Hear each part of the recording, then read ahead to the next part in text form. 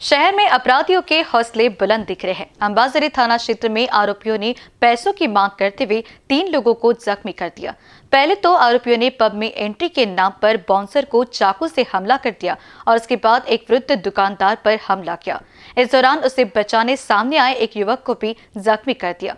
Police ने इस मामले में एक आरोपी को गिरफ्तार कर लिया है। जानकारी मिली है कि अंबाजरी थाना क्षेत्र में कुछ अपराधियों ने पहले तो एक पब में हंगामा कर बाउंसर को जख्मी कर दिया और उसके बाद एक दुकानदार और युवक को जख्मी कर दिया। हुआ यूं कि वेस्ट हाई कोर्ट रोड पर स्थित पायरेट्स पब में पहले तो अपराधियों ने एंट्री के नाम पर गेट पर स्थित प्रकाश नामक बाउंसर को पेट में चाकू मारकर जख्मी कर दिया और उसके बाद वहां से भाग गए। घटना के बाद आरोपी एक दुकान में घुसे, जहां दुकानदार को जख्मी कर एक युवक को भी जख्मी कर दिया। इस मामले में निखिल उर्फ निक्की, दिलीप निखाड़े, हर्षल उर्फ शैला, राजेंद्र सेलूकर, जिया खान, गुल मुस्तका खान नामक आरोपियों का समावेश है। जख्मियों में प्रकाश राउत, राधिका प्रसाद त्रिपाठी, अंकित भीमराव पौनिकर का समावेश है। पुलिस ने इस मामले में निखिल निखाड़े को गिरफ्तार कर लिया है और बाकी आरोपी फरार बताए जा रहे हैं। अंबाजरीच्या हद्दीमध्ये आम्ही 14 तारखेला रात्री पेट्रोलिंग करत असताना साधारण 11:15 वाजताच्या सुमारास आम्ही जेव्हा शंकरनगर चौकाकडून लक्ष्मी भवन चौकाकडे येत असताना त्या ठिकाणी एक ग्लास बिल्डिंग आहे, तिथे पॅरेड नावाचं बियर बार आहे।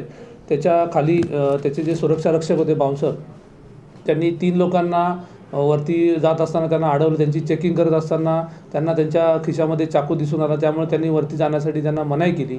त्यावरून त्यांनी राग येऊन त्या बाउंसरच्या पोटामध्ये 2 व्यक्तींनी चाकू मारला आणि त्याला जखमी करून पळून गेले।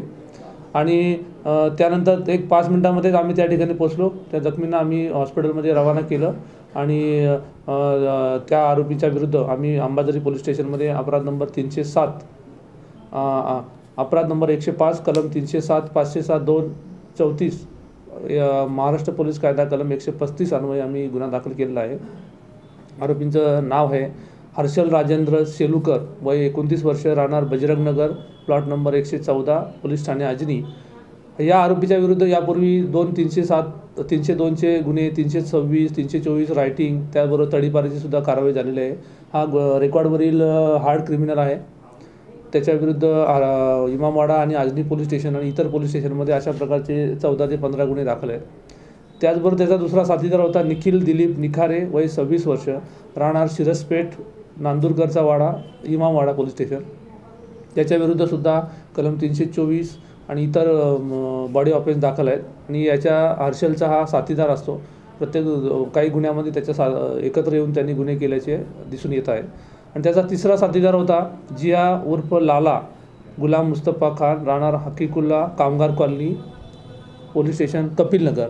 याचा अभिलेख तपासला, परंतु याच्यावर अजून कुठल्याही प्रकारचा अपराध दिसून येत नाही। तरी आम्ही अजून अभिलेख तपासून त्याबद्दलची अधिक माहिती घेत आहोत। या 2 जे आरोपी आहेत, मुख्य आरोपी, त्यांनी दारूच्या नशेत येऊन आणि हॉटेलमध्ये घुसण्यासाठी प्रयत्न करून तेथील बाउंसरला दमदाटी करून आणि त्याला जीवे ठार मारण्याचा प्रयत्न केला। त्यावरून आम्ही सदरचा अपराध दाखल केलेला आहे। त्यातील जो एक आरोपी होता निखिल दिलीप निखारे, याला आमच्या डीबी पथक, त्याचबरोबर पोलीस ठाणे सीताबर्डीचं डीबी पथक माननीय जोंटू सरांच्या आदेशाने आम्ही संयुक्त मोहीम राबवली आणि निखिल दिलीप निखारे या आरोपीला आम्ही ताब्यात घेतला आहे आणि त्याला पोलीस स्टेशन सीताबर्डी येथील गुन्ह्यामध्ये अटक करण्यात आलेली आहे। माननीय न्यायालयाच्या परवानगीने त्यांना सदरच्या गुन्ह्यामध्ये आम्ही ताब्यात घेऊन त्याचा जो मुख्य आरोपी आहे हर्षल सेलूकर, याला आम्ही लवकरच आमच्या डीबी पथकामार्फतीने अटक करून पुढील कारवाई करण्याची तजवीज ठेवत आहोत। यानंतर ह्याच आरोपींनी साधारण अर्ध्या तासानंतर त्याच शंकरनगर ते लक्ष्मी भवन चौक या रोडला अर्ध्या तासांनी बाईकवर आले। एक काळ्या कलरची बाईक होती, 8085 नंबर, MH31S8085 काळ्या रंगाची ॲक्टिवाने ते जोरात आले आणि त्यांनी लक्ष्मी भवन चौकाच्या भटकभाई ज्वेलर्सच्या बाजूला एका सायकलवर एक वयस्क व्यक्ती सिगरेट विकत होता, त्याला आणि त्याच्या सोडीला जे 2-3 लोक उभे होते यांच्या अंगावर धावून जाऊन त्यांनी तिथे सुद्धा त्यांना जीवा मारण्याच्या उद्देशाने त्यांच्यावर चाकूने हल्ला केला।